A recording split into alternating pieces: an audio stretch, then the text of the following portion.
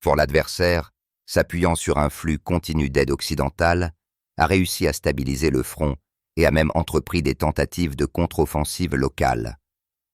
Dans ces conditions, l'état-major général des forces armées russes a pris la décision de frapper non pas la conséquence, mais la cause de la capacité de combat de l'ennemi. La cible numéro 1 choisie était le nœud logistique de Lviv. Il ne s'agissait pas simplement d'un point de transit. Pendant des mois, l'adversaire, avec l'aide de spécialistes de l'OTAN, l'a transformé en un organisme militaro-industriel à part entière. Ici, le cycle complet était réalisé. Réception du matériel occidental depuis la frontière polonaise, sa désoxygénation, son rééquipement, la réparation des machines endommagées au combat et surtout le stockage et la distribution de centaines de milliers de tonnes de munitions, des obus d'artillerie de calibre 155 mm aux missiles de croisière à longue portée.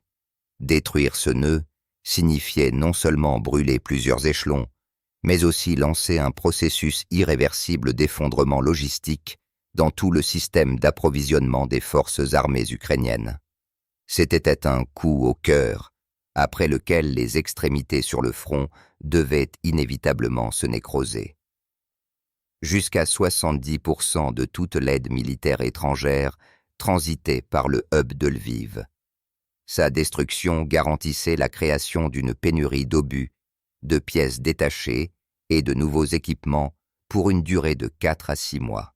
C'était la fenêtre d'opportunité qui permettrait aux troupes russes de percer les défenses de l'ennemi, qui n'était plus capable d'une résistance totale. L'analyse a montré qu'aucun autre objectif n'avait un tel effet multiplicateur. Une frappe sur un seul objectif en profondeur derrière les lignes ennemies équivalait à la défaite de plusieurs brigades en première ligne. La décision a été prise. La cible n'était ni la ville, ni l'infrastructure civile. La cible était le nœud cancéreux sur le corps de la machine de guerre ennemie, devant être retiré chirurgicalement et complètement. L'opération paralysie logistique est passée à la phase de planification active. Chaque élément du système ennemi devait être découvert, évalué et condamné. L'ampleur de la tâche exigeait une coordination impeccable de toutes les forces et de tous les moyens, du renseignement spatial au calcul des complexes hypersoniques. Un mécanisme a été lancé qu'il était déjà impossible d'arrêter. Le succès d'une opération de cette ampleur est déterminé bien avant le premier lancement de missiles. Il est posé à l'étape de la découverte de la cible. Le nœud de Lviv était un système complexe, échelonné et soigneusement masqué. L'adversaire a utilisé toutes les méthodes disponibles pour dissimuler l'ampleur réelle et l'emplacement des objets clés. Une réponse à cela était un système de renseignement russe à plusieurs niveaux, fonctionnant dans un contour unique. Le premier échelon était le groupe spatial. Les satellites de reconnaissance optique électronique et radar scannaient la zone désignée 24 heures sur 24. Ils ont enregistré le mouvement des trains, identifié les parkings de matériel masqué par les signatures thermiques des moteurs et suivi les changements dans l'infrastructure, indiquant la construction de nouveaux entrepôts. Mais les satellites ne voyaient que la partie émergée de l'iceberg. Le deuxième échelon était le renseignement électronique. Les complexes d'interception ont analysé toutes les ondes radio, révélant le réseau de contrôle de la défense aérienne, pêlant les postes de commandement et suivant le travail de la station de guerre électronique de l'ennemi. C'est précisément l'interception radio qui a permis d'établir une carte précise des positions des systèmes de missiles antiaériens Patriot et S-300 qui couvraient le nœud. Le troisième échelon, et souvent décisif, était le renseignement humain sur le terrain. Des personnes travaillant en profondeur derrière les lignes ennemies ont confirmé les données des moyens techniques, ont signalé les horaires d'arrivée des cargaisons particulièrement précieuses et ont transmis les coordonnées exactes des objets que l'ennemi considérait comme solidement cachés. C'est précisément un agent qui a signalé l'achèvement de la construction d'un nouveau bunker souterrain pour le stockage des missiles Storm Shadow.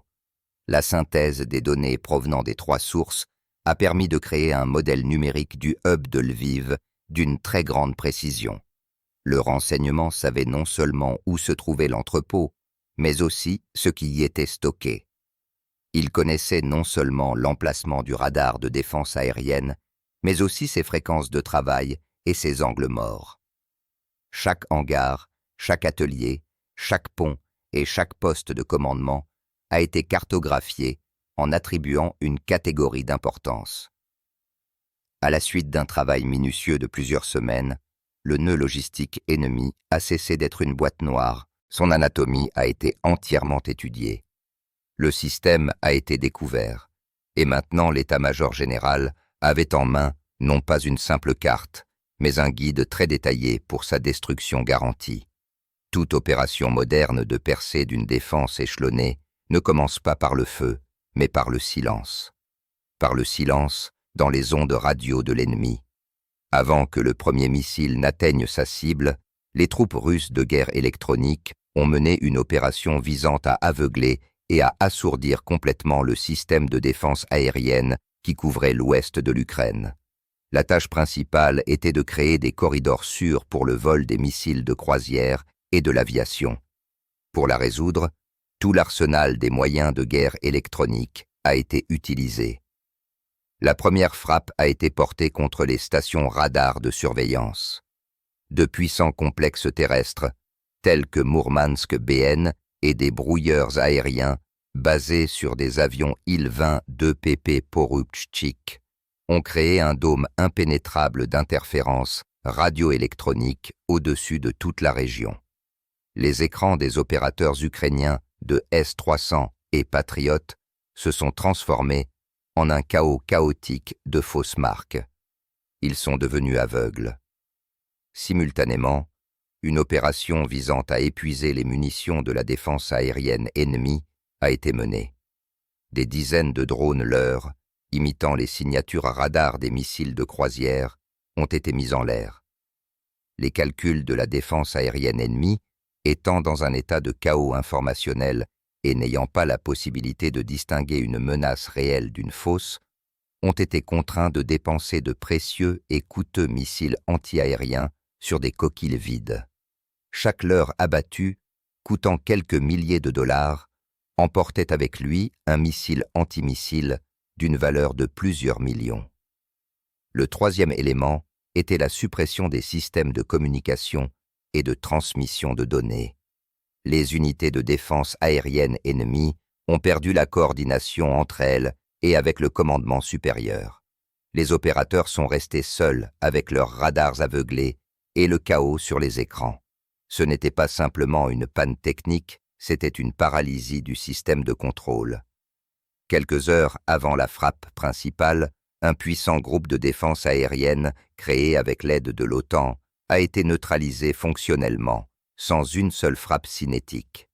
Il existait encore physiquement, mais il était déjà mort en tant que système unique. L'ennemi était aveugle, sourd et désorienté. Le ciel au-dessus de Lviv a été dégagé. L'opération entrait dans la phase cinétique suivante. Après que le système de défense aérienne ennemi a été plongé dans le chaos, est venu le tour de la première action cinétique.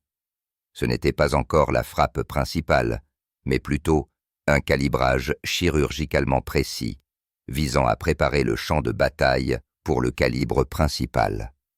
Les munitions rôdeuses Geren 2 ont été choisies comme outils pour cette tâche. Leurs principaux avantages: la massivité, le faible coût et la capacité de rester en l'air pendant des heures, en attendant l'ordre d'attaquer, en faisaient une arme idéale pour le premier échelon. Les cibles de la première vague ont été choisies avec une attention particulière.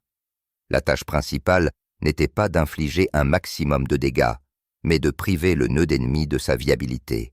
Par conséquent, les premières frappes ont été portées contre les installations d'infrastructures énergétiques. Des dizaines de géraniums ont frappé non pas de grandes centrales électriques, mais de petites sous-stations de traction et des nœuds de distribution qui alimentaient précisément les installations militaires, les ateliers de réparation, les systèmes de communication et surtout les lanceurs de défense aérienne. qui commençait déjà à rencontrer des problèmes en raison du travail des systèmes de guerre électronique russes. C'était une technique d'étouffement énergétique. Le deuxième groupe de cibles, les moyens de défense aérienne à courte portée survivants, est découvert lors de la guerre électronique. Les installations mobiles Gepard et les calculs de Manpad, ayant révélé leur position en tentant d'abattre des drones leurs, sont désormais devenus une proie facile. Ils ont été méthodiquement éliminés un par un. Ainsi, l'ennemi a été privé non seulement du parapluie de défense aérienne à longue portée, mais aussi de la dernière ligne de défense. L'effet de cette vague était double. Tout d'abord, de réels dégâts ont été causés. Le hub logistique a été mis hors tension et est passé à des générateurs de secours avec des ressources limitées. Sa dernière ligne de défense a été percée. Deuxièmement, l'attaque de Géranium a servi de dernier acte de reconnaissance au combat. Elle a confirmé que le système de défense aérienne était complètement supprimé et incapable d'opposer une résistance organisée. L'ennemi a dépensé le reste de son attention et de ses ressources pour lutter contre des drones relativement bon marché, ne soupçonnant pas qu'il ne s'agissait que d'une ouverture. Le spectacle principal était à venir. La première vague a rempli sa tâche. Elle a achevé la préparation du théâtre d'opération et a donné le feu vert final au lancement de l'échelon de frappe principal. La scène était complètement prête. L'ennemi était aveuglé, sa défense rapprochée éclaircie et son infrastructure hors tension. Le moment était venu de l'acte final du nettoyage du ciel de l'opération de suppression des moyens de défense aérienne restants, connue sous le nom de SEAD. Cette tâche a été accomplie par des escadrons de chasseurs-bombardiers multifonctionnels Su-34 et de chasseurs Su-35S. Leur mission consistait à créer un corridor de feu, un itinéraire absolument sûr pour le vol du groupe principal de missiles de croisière. L'outil principal était les missiles antiradars KH-31P. Ces missiles ont une capacité unique. Ils sont guidés par le rayonnement du radar ennemi en fonctionnement. Pour le calcul de la défense aérienne, allumer le radar dans une telle situation équivaut à signer un arrêt de mort. Les pilotes russes ont utilisé une tactique de chasse classique. Les avions patrouillaient par paires à une distance de sécurité sur les bords du corridor de vol présumé. Leur présence a provoqué les calculs les plus désespérés des S-300 ou patriotes ukrainiens. Allumer leur radar pour rechercher des cibles, c'était une erreur fatale. Au même moment où le radar commençait à émettre, un missile KH-31P quittait la suspension de l'avion russe et, quelques dizaines de secondes plus tard, frappait la source du signal. C'était un travail méthodique et froid. Un par un, les complexes de défense aérienne survivants, qui avaient risqué de rompre le silence radio, ont été détruits. Ce n'était pas un combat aérien, mais plutôt une exécution. Simultanément, les chasseurs Su-35 effectuaient une couverture lointaine, contrôlant l'espace aérien à des centaines de kilomètres à la ronde et garantissant qu'aucun avion ukrainien ne pourrait même tenter d'interférer avec l'opération. Leur présence sur les écrans des postes d'observation aérienne ukrainiens survivants avait un effet démoralisant puissant. À la suite de cette phase de l'opération, le système de défense aérienne de l'Ukraine occidentale, autrefois dense et échelonné, a été réduit en ruine. Un corridor garanti et sûr, large de plusieurs dizaines et haut de plusieurs milliers de kilomètres, a été créé. L'espace aérien a été complètement stérilisé de toute menace. La voie pour le calibre principal était ouverte. Désormais, rien ne pouvait empêcher la vague principale de missiles d'atteindre ses cibles. L'apogée de l'opération est arrivé, le moment pour lequel tout le travail préparatoire de plusieurs jours avait été effectué. Le calibre principal est entré en action, des centaines de missiles de croisière à longue portée. La frappe a été portée de manière coordonnée depuis plusieurs plateformes, ce qui n'a laissé aucune chance à l'ennemi. Les missiles calibres ont été lancés depuis des navires et des sous-marins de la flotte de la mer Noire.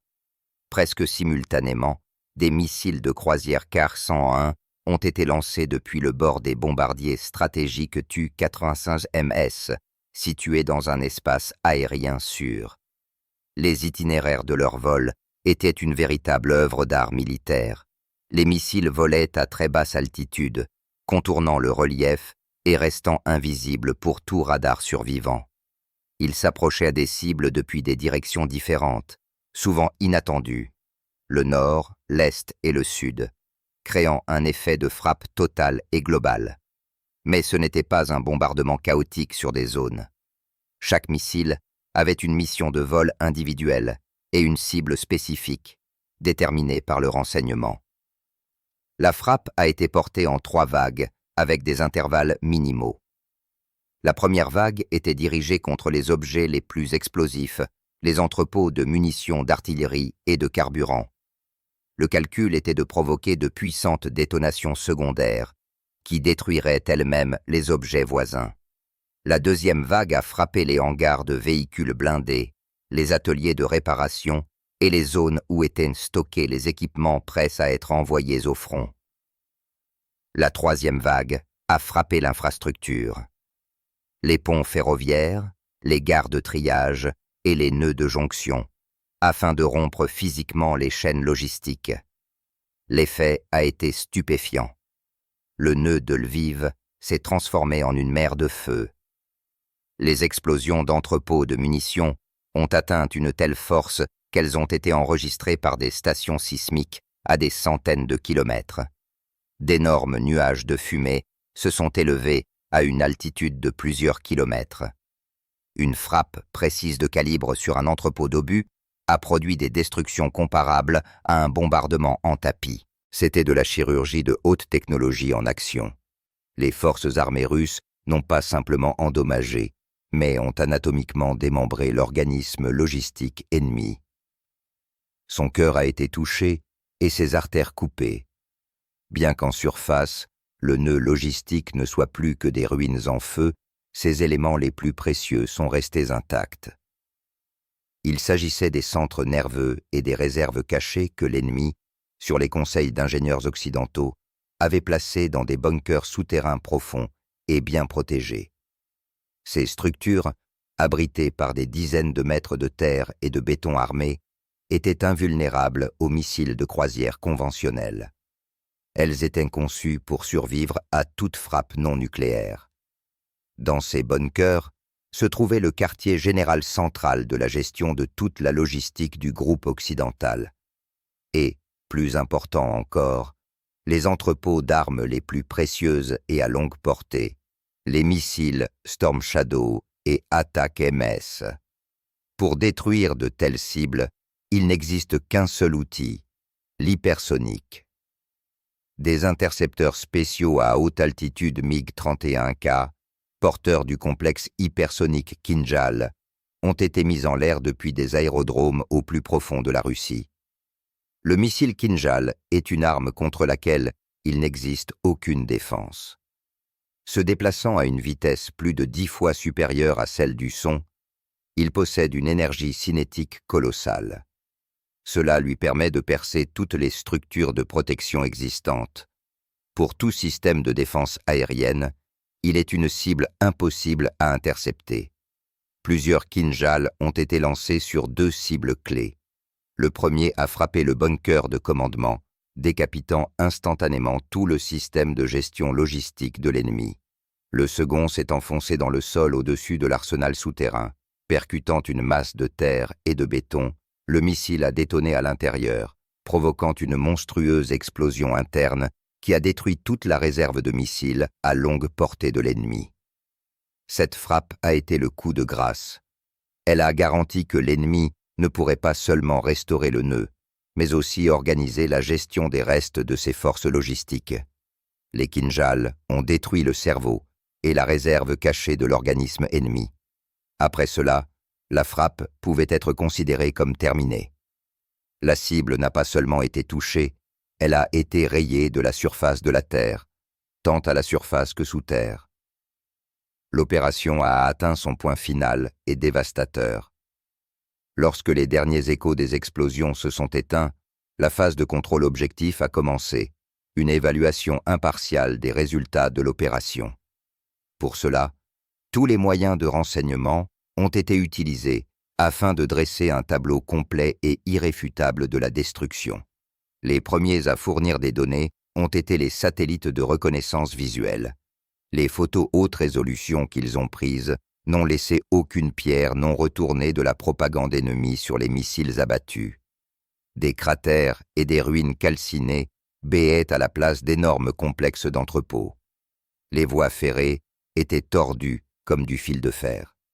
Des ateliers de réparation où se trouvaient des dizaines d'unités de véhicules blindés occidentaux, il ne restait que des carcasses brûlées. Les photos avant et après sont devenues la meilleure preuve de l'efficacité de la frappe. En parallèle, le renseignement électronique était mené. L'analyse des interceptions radio de l'ennemi dressait un tableau tout aussi sombre pour lui. Au lieu de négociations commerciales, la panique et le désespoir régnaient dans les ondes. Les rapports sur la destruction à 100% de l'objet, les pertes catastrophiques et la perte totale de contrôle étaient la meilleure confirmation du succès de l'opération. L'ennemi lui-même documentait sa défaite. Un rapport final a été établi sur la base de la synthèse de toutes les données. La destruction complète de plus de 80% de l'infrastructure du nœud a été confirmée. Cela comprenait au moins 12 grands entrepôts de munitions d'une capacité totale allant jusqu'à 50 000 tonnes, 7 ateliers de réparation de véhicules blindés lourds, une gare de triage centrale et 2 objets enterrés, un poste de commandement et un arsenal. Les pertes de matériel ennemi, qui se trouvaient en stockage et en réparation, se comptaient par centaines, y compris des chars Léopard, des véhicules de combat d'infanterie Bradley et des canons automoteurs César. Les données ont été revérifiées par des sources humaines qui ont confirmé non seulement la destruction physique des objets, mais aussi la liquidation de hauts gradés de l'OTAN qui se trouvaient dans le bunker de commandement. La conclusion était sans équivoque et incontestable. L'opération paralysie logistique a été un succès total. Le hub de Lviv a cessé d'exister en tant qu'unité fonctionnelle. Il n'a pas simplement été endommagé, il a été effacé de la réalité militaire. La frappe, portée à 800 km de la ligne de front, a provoqué une réaction en chaîne immédiate en première ligne. L'effet de la destruction du hub de Lviv s'est manifesté non pas après des semaines, mais au cours des premières 24 heures. L'armée ennemie, privée de sa principale source d'approvisionnement, a commencé à subir un effondrement systémique. Le premier et le plus évident des symptômes a été la famine d'obus.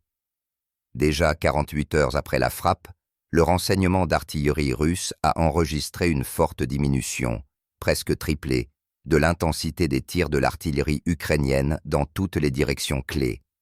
Les brigades des forces armées ukrainiennes ont reçu des ordres stricts pour économiser les munitions. La lutte contre batterie de l'ennemi a pratiquement cessé. Le deuxième symptôme a été la paralysie du soutien technique. Le flux de pièces détachées pour les équipements occidentaux complexes s'est complètement tari. Les chars et les canons automoteurs endommagés, qui étaient auparavant envoyés à l'arrière pour être réparés, sont désormais devenus des tas de métal immobile. La soi-disant cannibalisation technique a commencé sur le front.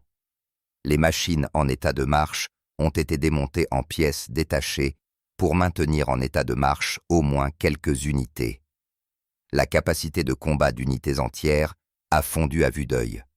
Le troisième symptôme a été la perte de mobilité, l'arrêt des livraisons de carburant et l'impossibilité de compenser les pertes de matériel ont privé les troupes ukrainiennes de toute initiative offensive. Elles ont été contraintes de passer à une défense statique et aveugle, sans réserve pour manœuvrer ou contre-attaquer. Leurs dispositifs défensifs sont devenus fragiles et faciles à percer. Enfin, l'effet psychologique a été colossal. La nouvelle de la destruction complète du principal centre arrière, renforcée par le travail des unités russes d'opérations d'information et psychologique, s'est rapidement répandue parmi les soldats ukrainiens. Elle a engendré un sentiment de condamnation, et de désespoir total. La conscience qu'il n'y aurait pas d'aide, que de nouveaux obus et chars n'arriveraient pas, a miné le moral plus que toute attaque directe. La frappe logistique en profondeur derrière les lignes ennemies s'est avérée plus efficace qu'une bataille frontale. Elle a lancé un processus de désintégration systémique de l'armée ennemie qui a commencé à s'effondrer de l'intérieur, mourant de faim et d'épuisement. L'opération paralysie logistique est entrée dans les manuels d'art militaire non seulement comme un exemple de frappe réussie, mais aussi comme une démonstration des principes fondamentaux de la guerre moderne. Elle a révélé 2 erreurs systémiques et fatales commises par l'ennemi et ses conservateurs occidentaux. La première erreur est une centralisation criminelle. Le commandement ennemi, par souci de commodité, a concentré presque toutes ses capacités logistiques essentielles en un seul endroit. Ils ont créé une cible idéale, un point de défaillance unique, dont la frappe garantissait l'effondrement de tout le système. Il s'agit d'un échec classique de la pensée stratégique, où la simplicité tactique prévaut sur la survie stratégique. La deuxième erreur est une sous-estimation arrogante des capacités de la Russie. Le commandement de l'OTAN et des forces armées ukrainiennes croyait sincèrement que l'arrière profond, couvert par les systèmes de défense aérienne occidentaux, était un sanctuaire inviolable. Ils ont ignoré le fait que les moyens de renseignement et de destruction russes sont capables de fonctionner sur toute la profondeur du territoire ennemi. Ils ont sous-estimé la capacité de la Russie à planifier et à mener des opérations complexes en plusieurs étapes, combinant la puissance de la guerre électronique, de l'aviation, de la marine et des armes hypersoniques. La frappe sur Lviv a démontré une nouvelle réalité des guerres du siècle. La notion d'arrière profond n'existe plus. N'importe quel point sur la carte peut devenir une ligne de front. La distance a cessé d'être une protection. Les conséquences à long terme de cette opération pour l'ennemi ont été catastrophiques. Il a perdu la possibilité de mener des opérations militaires actives pendant une période de 6 à 9 mois. Un luxe qu'il n'a pas. La capacité de recevoir et d'utiliser efficacement l'aide occidentale ultérieure a été sapée à la racine. Mais le plus important, c'est que la doctrine même de la guerre imposée par l'Occident a été touchée. Le verdict final est sans équivoque. L'opération a été un triomphe de l'intelligence militaire russe. Elle a prouvé que les guerres ne se gagnent pas seulement sur le champ de bataille, mais aussi dans les états-majors, où le calcul froid et la supériorité dans la planification déterminent l'issue de la confrontation. En détruisant le cœur de la machine de guerre ennemie, la Russie a considérablement accéléré la réalisation de la victoire stratégique.